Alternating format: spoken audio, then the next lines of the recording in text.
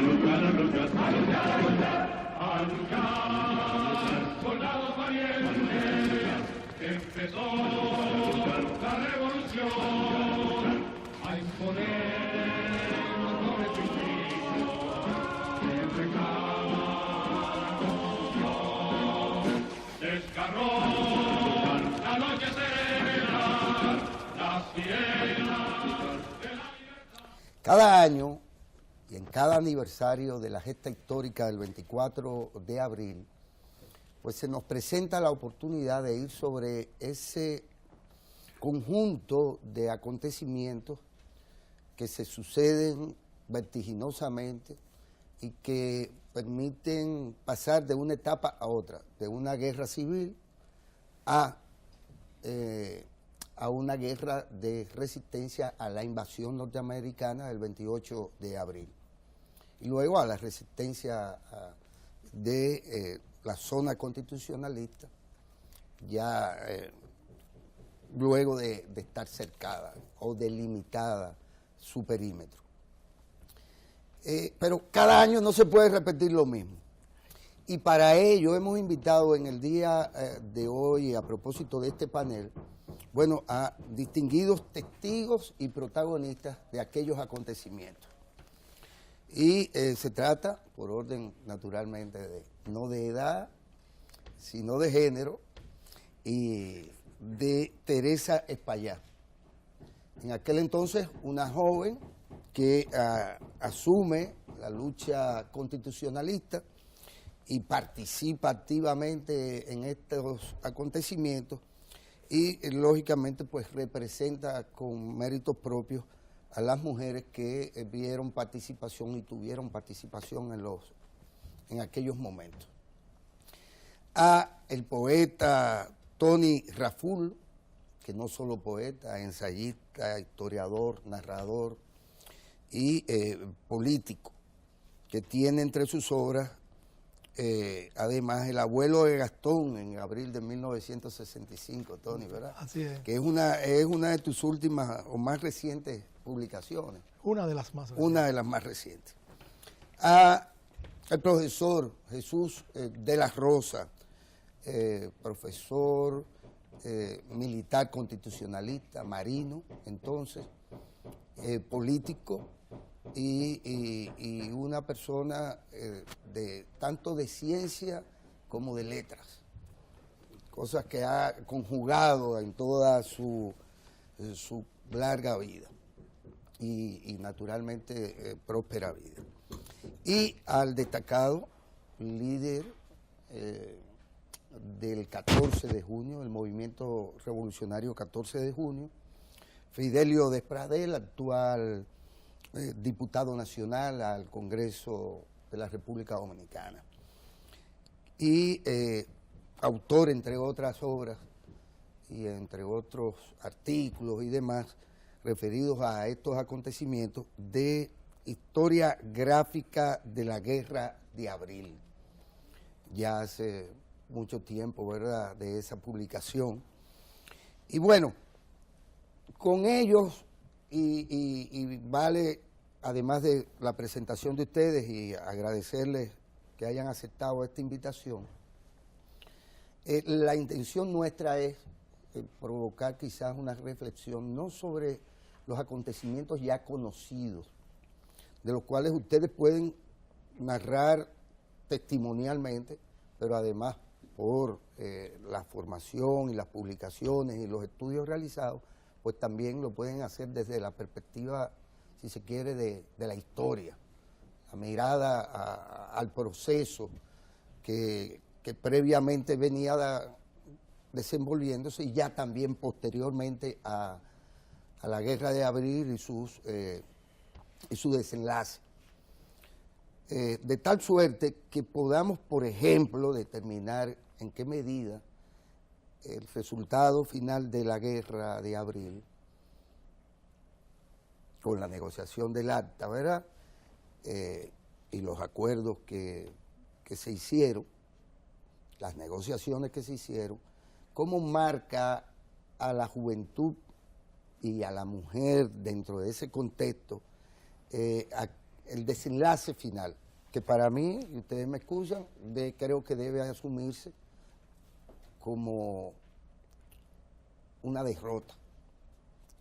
derrota que conduciría irremediablemente a un reflujo y ya a una etapa absolutamente distinta de la lucha tanto por la soberanía como de la lucha por la democracia en el país.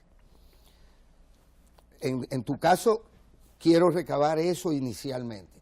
¿Cómo tú entiendes que queda marcada la juventud de entonces? Dígame usted. Bueno, hace falta alguna vez contextualizar un poco los acontecimientos que son resultado de la culminación de un proceso de lucha del pueblo dominicano que muchos de nosotros hemos concebido, y Fidelio insiste mucho en ese ciclo que va del 59 al 65, y el 65 como una culminación de esa lucha del pueblo dominicano por su libertad y por mejores condiciones de existencia.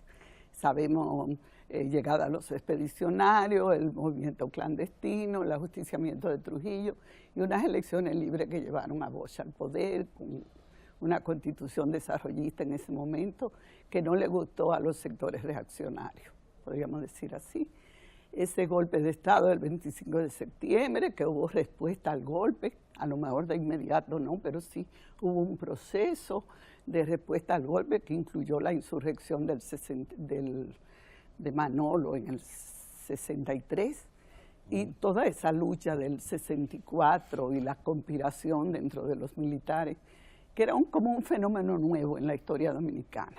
Nosotros lo que éramos civiles, catorcitas, como que no creíamos que los militares podían estar luchando por la democracia, pero fue así. Y se llega al 24 de abril en esa conspiración y solo el anuncio, no voy a decir que la palabra de Peña Gómez fueron la causa, sino el detonante que hizo que el solo anuncio de que se había un contragolpe militar para derrocar al triunvirato fue una chispa que encendió la pradera, digo yo, y el 24 en la tarde ya estaban las fuerzas populares, el pueblo dominicano, con hombres y mujeres, movilizándonos en torno a dos consignas, y si yo quiero resaltar eso, lo importante es de dos consignas unificadoras, retorno de Bosch y reposición de la Constitución del 63. Esas dos consignas aglutinaron a nuestro pueblo y nos movilizaron durante 2 o 3 días, aunque apareció en medio de la insurrección 26, 27, una tercera consigna que fue armas para el pueblo.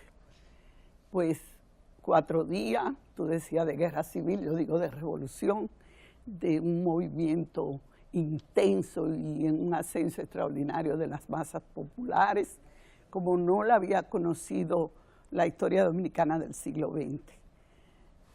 Sabemos entonces que Fidelio alguna vez se habla de una revolución triunfante, realmente se había derrocado al gobierno y se había tratado de instalar la legitimidad constitucional. Eso fue frustrado y ahí comenzaron los lodos de las situaciones que vinieron con la invasión de los Estados Unidos, el 28 de abril de 1965. Cambiaron los objetivos de la revolución y ya habían objetivo supremo, que era la defensa de la soberanía nacional. A partir del desenlace, porque insisto, yo lo que quiero ver es, al cabo de 53 años, ¿verdad? Es ver cómo marcó ese desenlace, pues la historia posterior.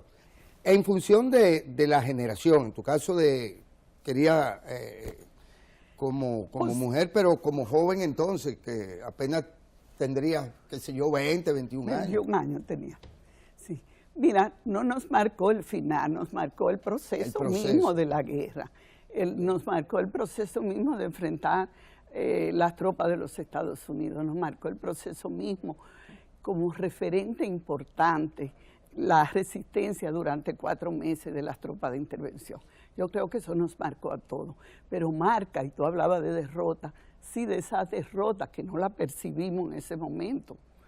de qué significó el 28 de abril. O sea, es la llegada de las tropas de los Estados Unidos que establece la derrota. Posiblemente se interrumpió un proceso democrático que nos hubiese conducido por otro sendero y no el que vino posteriormente de la invasión. La invasión hay un retroceso, los pueblos no siempre avanzan. Estábamos avanzando el 24 de abril, estábamos avanzando del 24 al 28 de abril hacia un gobierno democrático que se restauraba y que podía profundizarse más en la democracia. Eso fue interrumpido por la llegada de la invasión de los Estados Unidos, que no nos lo creímos antes, en ese momento, pero sí sabemos que el resultado fue el reponer a Balaguer durante 12 años, con todo lo que eso significó para el pueblo dominicano. Jesús, independientemente de la experiencia militar de Fidelio, el único de este panel militar, constitucionalista, parte de las Fuerzas Armadas de entonces, y jefe de la policía, firmante del manifiesto que tiraron los militares constitucionalistas al segundo día de iniciado el proceso. Bien. Estuvieron las fuerzas constitucionalistas, las que obviamente se imponen, digamos, a las tropas del CEFA y de Wessing en el puente Duarte, en la cabeza del puente Duarte, y que en muy poco tiempo pues tomaron armamento, tomaron fortaleza, en fin, se organiza propiamente ya en ese contexto la resistencia o la lucha armada para reponer el gobierno del profesor Juan Bosch y volver a la Constitución del 63. Pero los acontecimientos que se fueron sucediendo hasta el 28 y a partir del 28, en algún momento las tropas y el gobierno constitucionalista estuvieron en capacidad real de resistir el cerco y la embestida de un ejército profesional que nos superaba o superaba las fuerzas del pueblo en muchos sentidos, desde el punto de vista militar. Porque esto es clave, porque mucha gente quizás no entienden por qué las derrotas o por qué no los resultados finales. Son fuerzas que se plasman en el terreno o tienen o no capacidad de combatir entre sí. Y yo quiero esa perspectiva para ya luego pasar a otros temas. Déjame decirte, la crisis post-ajusticiamiento de Trujillo tuvo repercusiones distintas dependiendo del sector. ¿Qué pasó en las Fuerzas Armadas después del ajusticiamiento de Trujillo? Que un grupo de militares entendía que con los tanques, con los aviones, con los barcos que habíamos heredado del régimen de Trujillo, podía continuarse la era de Trujillo sin Trujillo. Otros entendíamos de que la era de Trujillo debió pasar ya y en país encaminarse por nuevos senderos. De ahí que había militares trujillistas en el sentido de querer que continuara el régimen de Trujillo sin Trujillo, y militares que nos llamaban algunas personas, de lo poco que creíamos en nosotros, progresistas. Teníamos en contra de nosotros de que la fuerza política del país creían ciegamente que todos los militares éramos iguales. Y hay una gran equivocación, que se refleja cuando el 24 de abril estalla un golpe militar dado por militares progresistas, y a uno, yo me encontraba personas que me decían, pero eres tú Jesús, eres tú. Es decir, para muchas personas entendidas en materia política, fue una sorpresa de que a los 2 años de un golpe de Estado fuera un cuartel militar que estallara contra el gobierno producto de un golpe de Estado. Eso fue en resumen. Eso yo lo puedo trasladar ahora, que por razones académicas me mantengo en contacto con militares activos. Y te puedo asegurar que las Fuerzas Armadas de hoy no pueden ni tener la fortaleza de las Fuerzas Armadas de Trujillo. Imagínense el presupuesto, en materia de presupuesto, siempre el presupuesto de las Fuerzas Armadas era casi el 50% del presupuesto nacional. Es decir, las Fuerzas Armadas de hoy no tienen la fortaleza de las Fuerzas Armadas de la era de Trujillo. Pero yo aprecio que en términos académicos y en materia de conocimiento, si los generales y los almirantes de la era de Trujillo hubiesen tenido la capacidad académica y cultural que tiene lo de ahora, no se llega a abrirlo. Es decir, los jefes militares de entonces no tenían la capacidad política para entender lo que estaba pasando y creían que podíamos seguir como si nada hubiese pasado. Eso fue con algunos.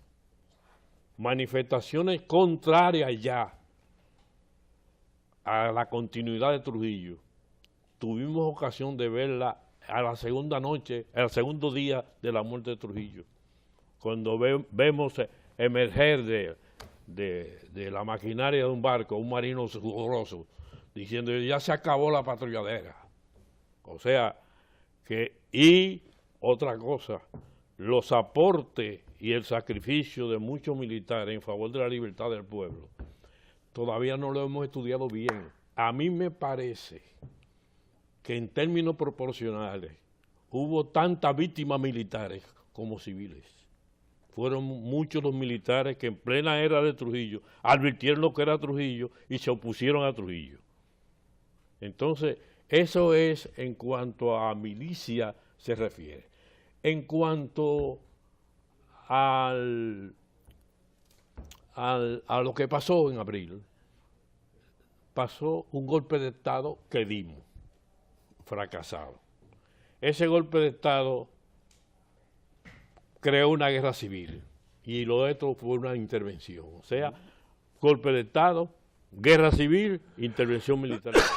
Ese fue el proceso que creo que culmina, que comienza una nueva era ya, que finaliza definitivamente ya la época de Trujillo en agosto de 1978. Porque entiendo yo que los 12 años de Balaguer hay que sumárselo también a la era de Trujillo.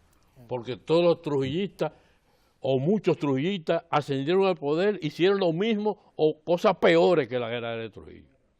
Entonces, esa es la historia en términos de intervención militar que podemos decir, y no queremos entendernos más porque el tiempo avanza, de la era de Trujillo. Es decir, una crisis política que la capacidad de los jefes de entonces no podían entender porque no tenían capacidad cultural, política, para entenderla. Tony, que no digamos como un combatiente constitucionalista, sino como un historiador y además un testigo por igual. ¿Podían las fuerzas constitucionalistas,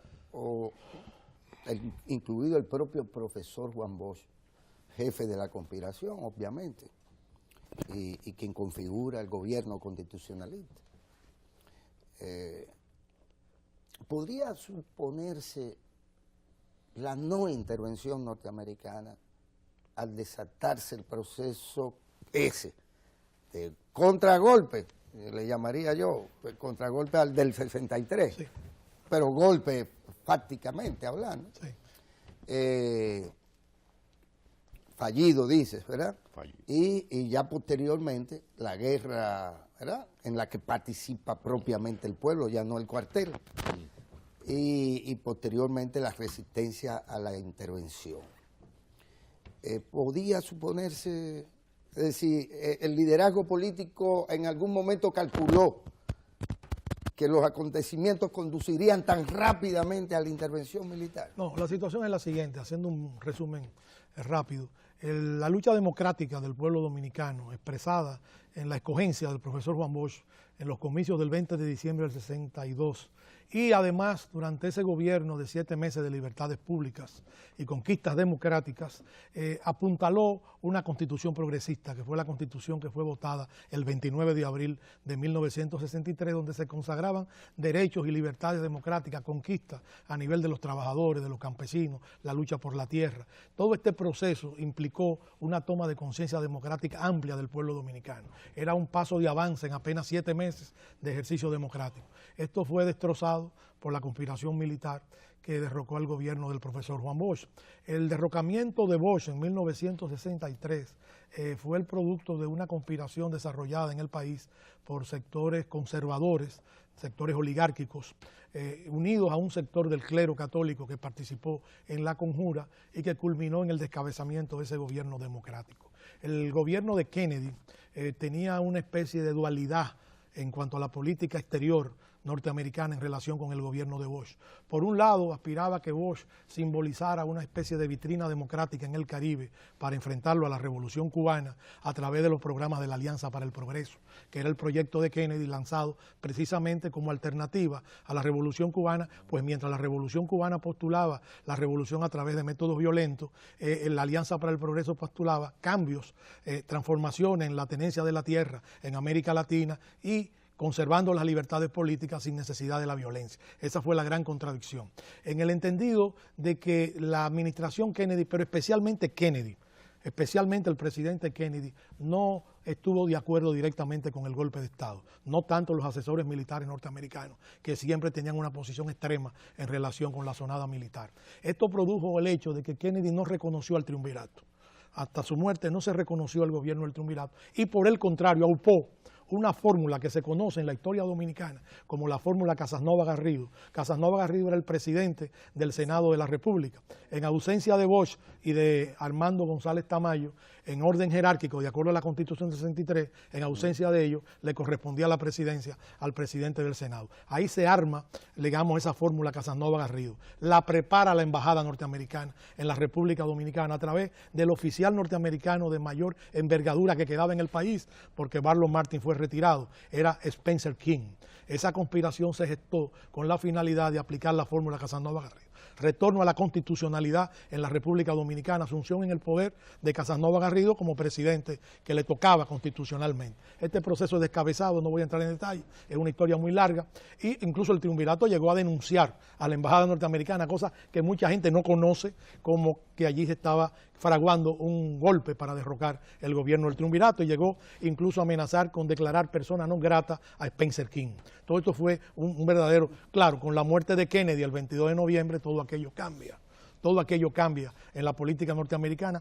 Johnson restituye ya una política mucho más conservadora, abandona el proyecto de Alianza para el Progreso y se aplica un apoyo total al gobierno del triunvirato, que estaba prácticamente desarmado políticamente en ese momento. Bueno, el proceso es que llegamos a la Revolución de Abril. Lo que quiero decir es que el golpe de la Revolución de Abril fue un acumulo histórico de luchas contra el triunvirato, de luchas estudiantiles, de luchas obreras, de luchas de los sindicatos, fundamentalmente a través de los estudiantes, los obreros portuarios, a través del Sindicato Unido de la Romana, del movimiento de los trabajadores, se creó todo un clima de agitación y a través, lógicamente, de la orientación política que el doctor José Francisco Peña Gómez daba a través del programa Tribuna Democrática de retorno a la constitucionalidad sin elecciones, que fue la consigna que prendió en el seno del pueblo dominicano. Todo esto en medio de otras conspiraciones que también se gestaban para derrocar al triunvirato, de otros grupos que no eran los grupos pro-Bosch. Había grupos que estaban realmente involucrados, por ejemplo, el grupo neobalaguerista que se movilizaba en los cuarteles a través del clan de San Cristóbal, conspiraba abiertamente. Habían varias conspiraciones simultáneas que se daban en el periodo previo al estallido de abril del 65. Bueno, el estallido de abril del 65 es producto, primero, de una dirección política de Bosch sin ningún ninguna duda desde el punto de vista de la orquestación de ese proceso y del liderazgo militar del coronel Rafael Tomás Fernández Domínguez, que es el inspirador de todo ese proceso y movimiento. Ese proceso, sin entrar en más detalle, culmina con el derrocamiento del triunvirato, con la restitución de la constitucionalidad por algunas horas. El doctor Molina Ureña se juramenta como presidente de la República en su condición de presidente de la Cámara de Diputados, en ausencia ahora de Casanova Garrido, le correspondía al presidente de la Cámara de Diputados, y hay una resistencia del bolsón militar de San Isidro contra el retorno a la constitucionalidad, que tiene el apoyo de la embajada norteamericana, que se opone al retorno de Bosch, y eso ocasiona evidentemente una confrontación. Los norteamericanos, en vez de mediar en ese momento para tratar de llegar a una solución negociada, se oponen finalmente a una solución negociada porque creían totalmente derrotada la revolución constitucionalista. Incluso en la famosa reunión de la embajada norteamericana del 27 de abril a las 3 de la tarde, la actitud del embajador americano Taple Bennett, que había venido precisamente, lo habían traído ese día porque la revolución lo sorprende fuera de la República Dominicana, tiene una respuesta insolente a todo el gobierno constitucionalista, creando el desconcierto y la desazón, porque el gobierno constitucionalista acude a la embajada norteamericana a pedir una mediación para llegar a un acuerdo con el sector de San Isidro, para evitar ya un derramamiento de sangre evidente que se avecinaba sobre la ciudad de Santo Domingo. En ese proceso, rápidamente el embajador Taple Bennett no actúa realmente como un diplomático de mediación, sino que desprecia a los constitucionalistas. Hay una frase histórica que la recogen todos los historiadores, donde dice al gobierno constitucionalista presente, al presidente Molina Ureña, la hora de negociar ya pasó, ustedes tienen que rendirse. Ahí hunde el pánico, todo el mundo se va a las embajadas y surge la voz del coronel Francisco Alberto Camaño Deñó, que reitera la necesidad de resistir y le advierte al embajador norteamericano que resistiremos y que en menos de 24 horas ellos estarán interviniendo para auxiliar a Wessing y a su pandilla. Ese gesto viril, histórico, en ese momento especial se define el proceso democrático de la República Dominicana y la resistencia contra la soldadesca interventora norteamericana. Lo que sucede después sería muy largo aquí enunciarlo, pero todo el mundo sabe que son derrotadas las tropas de San Isidro en la cabeza del puente, en la entrada del puente Duarte, son derrotadas en lo que yo entiendo, Jesús que ha sido militar, en lo que yo entiendo que en toda la historia dominicana, Fidelio y Teresa, en toda la historia dominicana, desde 1844, es la primera derrota militar que recibe la oligarquía dominicana y su estamento militar. Es la primera derrota real en términos físicos que resulta en el puente Duarte, y ahí surgen los nuevos líderes del proceso democrático dominicano, Francis Camaño, Montes Arache, toda esa gama de combatientes civiles y militares constitucionalistas, y ya empezamos un periodo diferente. La guerra se transforma en guerra patria, como decía Teresa, y ahí empieza la resistencia del pueblo dominicano a esa intervención. Es un proceso riquísimo de experiencia, de lucha, de contrarrevolución, luego de contrainsurgencia, un proceso doloroso, pero realmente de un aprendizaje en términos de defensa de la soberanía, de los valores patrios, de la lucha democrática en nuestro pueblo, que debe ser recordada y reiterada en las luchas del porvenir. Ahora, Fidelio, el 14 de junio, a partir de verdad de la inmolación, si se quiere, de los héroes del 59 y mártires, luego de la constitución del movimiento revolucionario 14 de junio, va a la guerrilla, entre lo que tuviste tú como uno de los protagonistas y finalmente sobreviviente de aquellos acontecimientos. Comandante del Frente de Manaclas. Comandante del donde Frente estaba de Manolo Manaclas. Tavares. Pero podría decirse también que ese es un momento de derrota de los esfuerzos del 14 de junio, en este caso, que su dirección queda diezmada y en una situación particularmente compleja como organización política. Pero ya luego, el 14 de junio, a pesar de todo eso, se presentan los acontecimientos del 24 y lo que ustedes han narrado, y con posterioridad a la invasión, entonces, como quiera, el 14 de junio pasa a ser quizás la fuerza política progresista con mayores condiciones para la resistencia, organización de los comandos, academia militar, en fin, tú hablarás sobre el tema.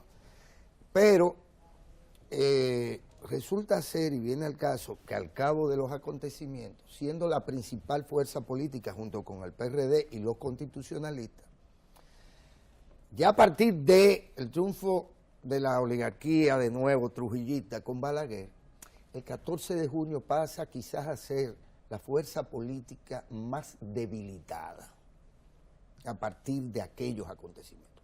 Luego de haber aportado tanto y luego de haber jugado un rol tan protagónico en la resistencia en la zona constitucionalista y demás, penosamente al cabo de muy poco tiempo, el 14 de junio queda fraccionado,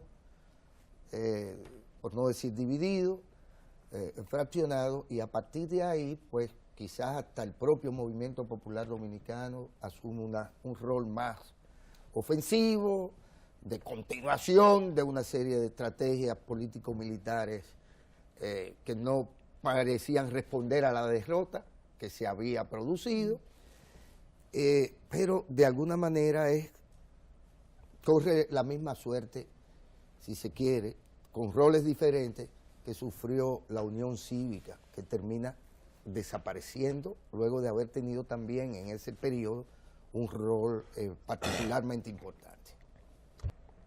En la República Dominicana, después de la expedición de 1959, la raza inmortal, se empieza un proceso de acumulación de fuerzas que pasa por la lucha antitrujillista, el movimiento revolucionario 14 de junio clandestino, el asesinato de la Mirabal, el ajusticiamiento de Trujillo, la creación del inmenso 14 de junio, liderado por Manolo, el plan norteamericano de que prevalezca la Unión Cívica Nacional y de que se hagan elecciones el 20 de diciembre para que Unión Cívica Nacional no solamente ganara las elecciones, sino redactara la Constitución.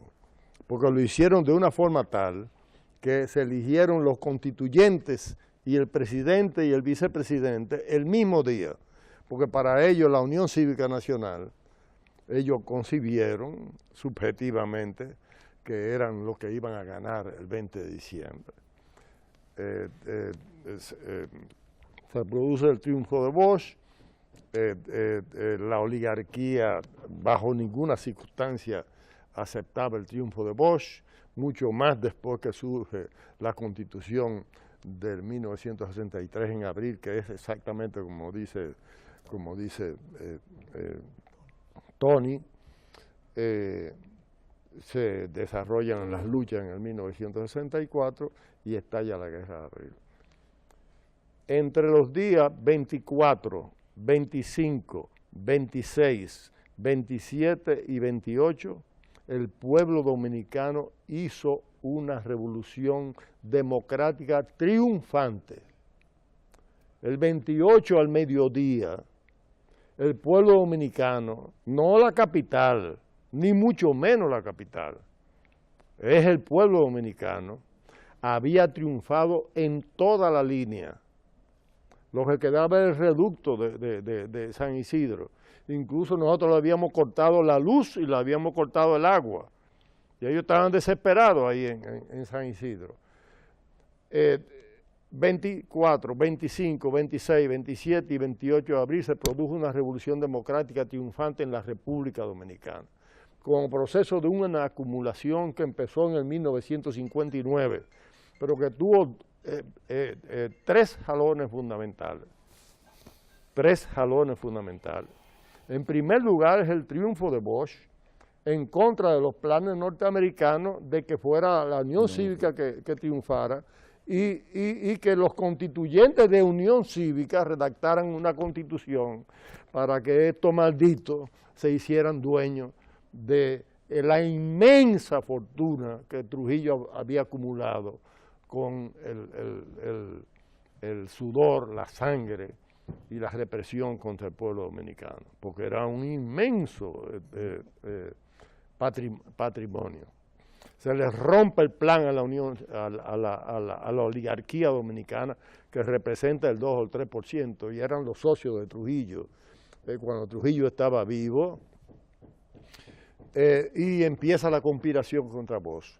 Entonces, primer acontecimiento importante, el triunfo de Bosch. Segundo acontecimiento importante, la promulgación de la Constitución de 1963, donde el pueblo dominicano, aunque no supiera leer, la Constitución del 63 era para el pueblo dominicano la liberación nacional. Aunque no supiera leer, era la liberación nacional, así era que lo entendían los campesinos, los obreros, los jóvenes, todos. Segundo acontecimiento, en la madrugada del 25 de septiembre, cuando se produce el golpe, Fernández Domínguez, que digo yo, que fue el que organizó a los militares constitucionalistas, claro que él le hacía el saludo a Bosch, claro que Bosch era el presidente, claro que Bosch era el cerebro que lo ayudaba en esa situación, pero Fernández Domínguez es el héroe de esa situación.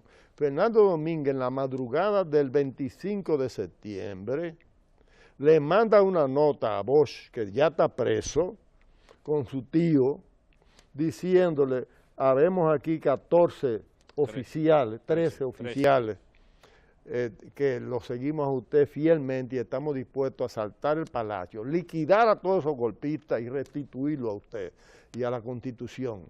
O sea, desde ese momento se llaman militares constitucionalistas, porque ya él había tenido una discusión con Francis Camaño, donde Francis Camaño le dijo, sí, muy bien, vamos a derrocar a esta gente, pero vamos a coger nosotros el gobierno y vamos a organizar elecciones libres, y si Bosch gana, nosotros le damos el poder a Bosch y respetamos la voluntad popular. Y él le dijo, no, Francis, no. Él es lo que nosotros le quitamos al pueblo, tenemos que devolvérselo. Es la Constitución del 63 y es el gobierno de Bosch. Segundo acontecimiento. Tercer acontecimiento, porque metí el triunfo de Bosch y la Constitución del 63. Cuarto acontecimiento. El 14 de junio era una organización revolucionaria antiimperialista que seguía el manifiesto de los expedicionarios de junio y como continuación el hecho de la Revolución Cubana. Pero cuando nos alzamos nosotros en 6 frentes guerrilleros para combatir el triunvirato, el 14 de junio baja sus banderas de liberación nacional y levanta la bandera de la Constitución del 63 y la constitucionalidad sin elecciones.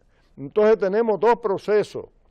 Se genera un grupo de militares que la misma madrugada del 25 de septiembre le plantearon a Bosch que iban a asaltar el palacio para liberarlo y restituir la Constitución, y desde ahí en adelante eran los militares constitucionalistas, y Fernando Domínguez se ocupó de agrupar a esos hombres y mujeres en los militares, y se produce una insurrección del 14 de junio, donde el 14 de junio baja su bandera y asume la Constitución del 63 y la constitucionalidad sin elecciones y el retorno de Bosch y la constitucionalidad sin elecciones. Sin elecciones significa el derrocamiento del gobierno. Entonces, Teresita, con sus 17 años, No, 21. No, 21 es la guerra. Ah, sí, pero Ah, antes. Pero un año antes, 20, No, con sus 20 años, y los centenares y centenares y centenares y miles de catorcistas en el país, y los centenares y centenares y miles de PRDistas avanzados en el país, y los centenares y centenares y miles de obreros de Central Romana, de los ingenios, de todas partes, empezaron a levantar su lucha concreta y acompañaban la consigna de Nacho Sin, por ejemplo, por la gasolina y esas cosas, con la Constitución del 63 y la reposición de Bosch sin elecciones. Entonces, eso produjo, y eso lo hicieron los MPDistas, lo hicieron los PCPistas y lo hicieron fundamentalmente los del 14 de junio, que éramos miles y miles y miles y miles de hombres regados y mujeres regados en todo el país. Entonces, lo que quiero decir con esto es que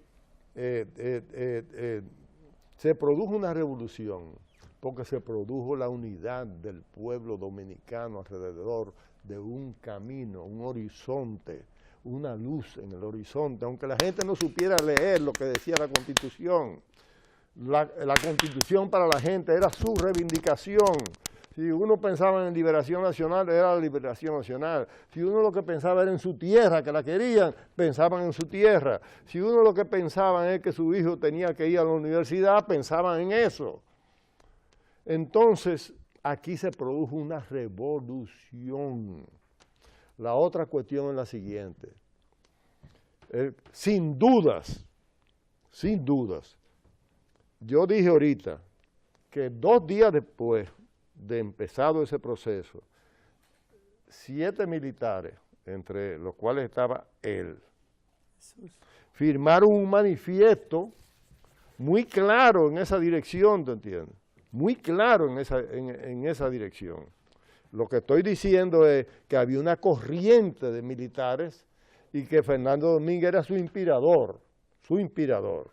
Estoy insistiendo en esa situación, en un reconocimiento a esos militares, donde estaba Chibú y donde estaba Claudio y donde estaba Francis y donde estaba La Chapelle, donde estaba el compañero, donde estaba Noguera y donde estaba, bueno, Peña. Peña no. No, yo no digo Peña de Peña, sino del militar que toma preso a aquellos. Peña Tavera. Peña Tavera. Mario Peña Tavera. Pero en ese manifiesto en no este estaba. manifiesto No estaba en el manifiesto. Ok. Entonces, voy a decir algo que ojalá tengamos oportunidad de volverlo a discutir, a conversar. Oye, el 14 de junio, por un proceso que sería muy largo yo explicarlo aquí, tomó las aduanas, por donde los norteamericanos están metiendo todos los días yoleros a robar en los almacenes, en combinación con algunos marinos que lo que están era buscándose en esa situación. Y nosotros le planteamos a Francis, estamos preocupados por esto. ¿Qué ustedes plantean? Danos la aduana a nosotros. Y nosotros cogimos la aduana. No solamente cogimos la aduana, sino que nosotros fortificamos con una muralla de hierro la aduana para que los combatientes que estaban ahí, que eran 130, catorcistas todos catorcistas, pudieran defenderse de los molinos que lo tenían enfrente, la aduana. 2, el 14 de junio organizó la Academia Militar 24 de abril, pero la Academia Militar 24 de abril no es el Parque Eugenio María de Hostos, no, eran todos los comandos, participaban en la Academia Militar 24 de abril, desde las 6 de la mañana hasta la noche. ¿Y qué hacían ellos? Por cierto, que la mitad de los entrenadores eran mujeres, y Teresita era una de ellas. La mitad de los entrenadores eran mujeres, otra parte eran militares constitucionalistas, especialistas en morteros y en una serie de cuestiones que Francis envió con mucho, porque Francia lo apoyaba. Pero ¿qué pasó con la academia? Desde las 6 de la mañana, la ciudad se llenaba de hombres y mujeres corriendo por las calles en actitud de combate, con un fusil en la mano, aprendiendo a cómo hacer una emboscada, cómo enfrentarse a una columna, porque tenían entrenadores, compañeros nuestros y militares que se habían entrenado en China, en Cuba, en Argelia, se me olvidó el último país.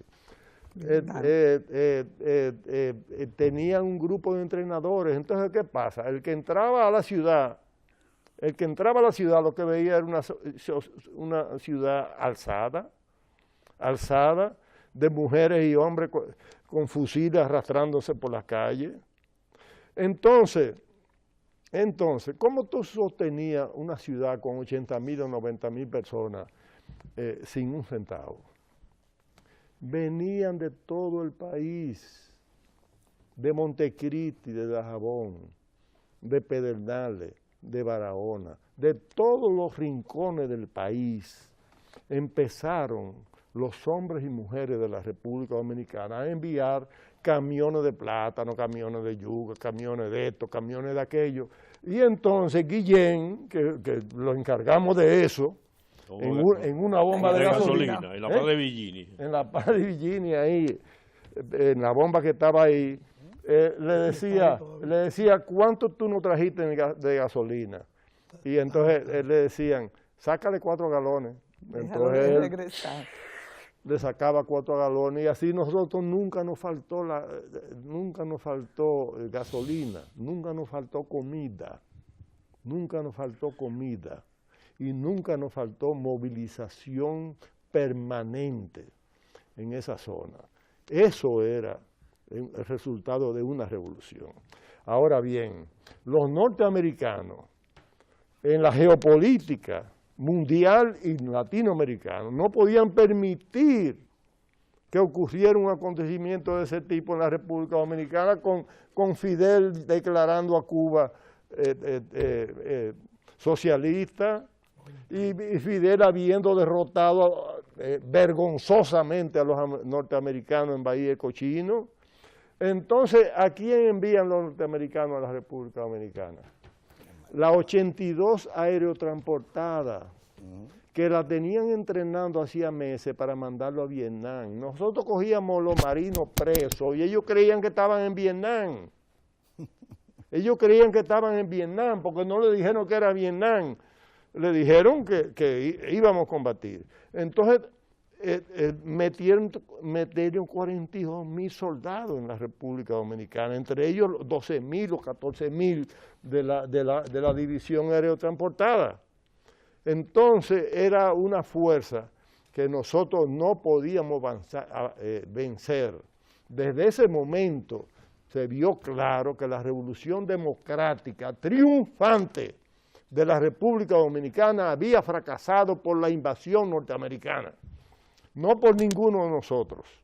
Entonces, ¿qué pasó? Y termino con esto, porque me voy a extender mucho. Y además, que él me empieza a hacer señas de que termine pronto, qué sé yo. ¿Qué pasó entonces? ¿Qué pasó? El PCD, que ya se llamaba PCD, el MPD y el 14 de junio, los tres adoptamos una política errónea. ¿Cuál es la política errónea? No reconocimos lo que había pasado, no reconocimos lo que nos enseñaba toda la experiencia internacional de que había que replegarse ordenadamente para que no nos liquidaran, y empezamos cada uno a organizar una lucha armada contra las tropas norteamericanas y contra el gobierno de Balaguer. O sea, una estrategia equivocada. En el MPD produjo lo que tú sabes, en el PCD produjo lo que después pasó en el 73, con el apoyo a las leyes agrarias, ese tipo de cosas.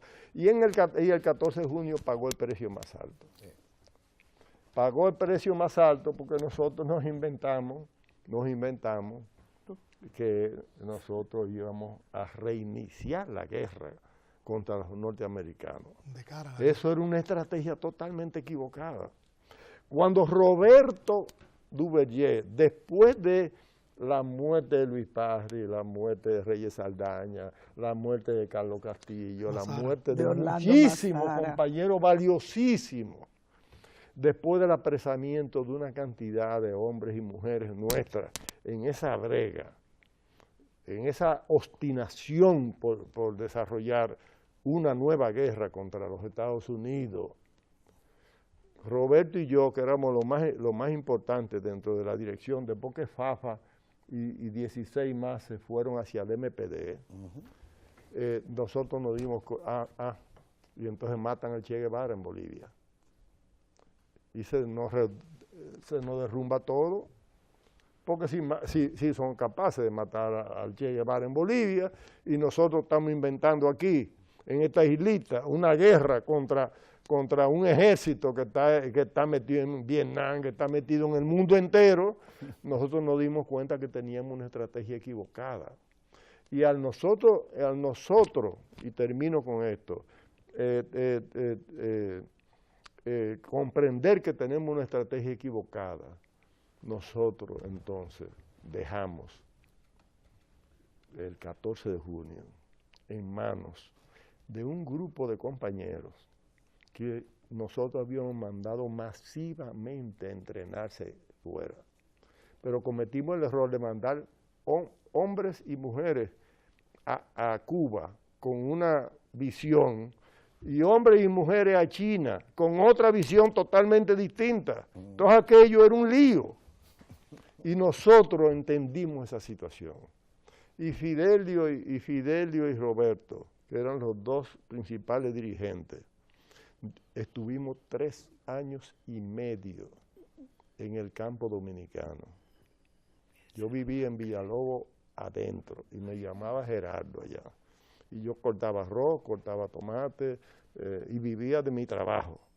Pero era pensando, la gente piensa que era organizando a los campesinos para la guerra. No. Nosotros sabíamos perfectamente que eso habíamos cometido un error. Era pensando qué hacer frente a esa situación. Y de ahí surgió otra historia. Salió Nuevo Rumbo, salió una lucha en las décadas del 70 por desarrollar una organización verdaderamente marxista y por hacer del marxismo una teoría y una ideología que juntaba centenares y centenares de jóvenes a discutir el carácter de la revolución y todo ese tipo de cosas, y eso es otra historia. Pero no es como algunas personas lo interpretan. Voy a decir una última cosa que Jesús y yo vamos a discutir un día, porque ya no nos queda tiempo. Yo creo, es posible que Jesús coincida conmigo, es posible que Teresita, yo sé que Teresita va a coincidir conmigo, pero es posible también que Tony coincida conmigo. Si no hubiera sido por el 14 de junio, le era casi imposible a los militares constitucionalistas sostener durante 5 meses el gobierno constitucional, porque nosotros dominábamos el grueso de los comandos, teníamos la aduana, teníamos la academia militar, que ya expliqué cómo era que operaba la academia militar, era regada en todo el país.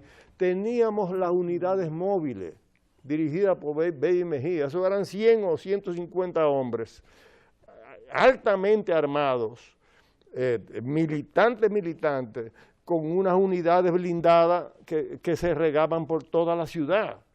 O sea, nosotros teníamos una fuerza, y además nosotros nos entendíamos perfectamente con los militares. La gente piensa como que uno es antimilitar.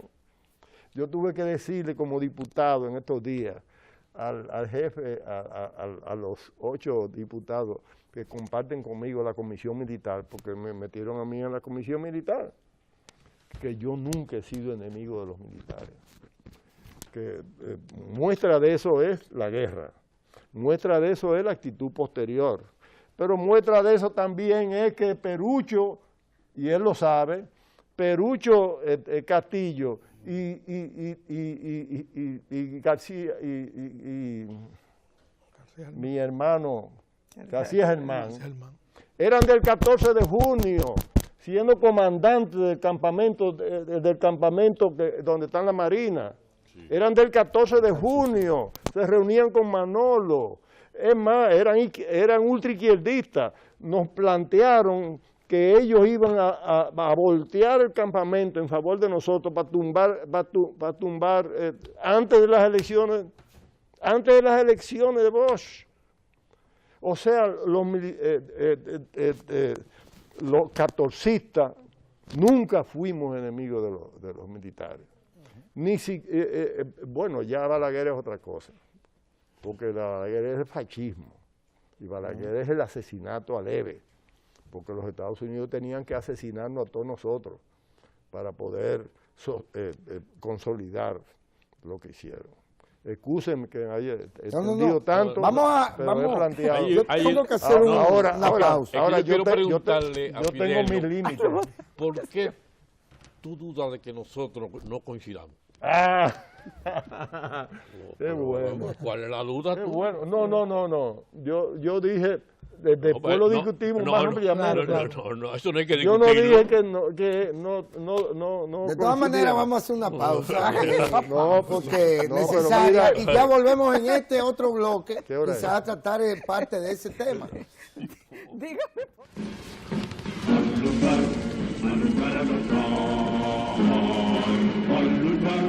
A luchar a los soldados valientes, empezó la revolución.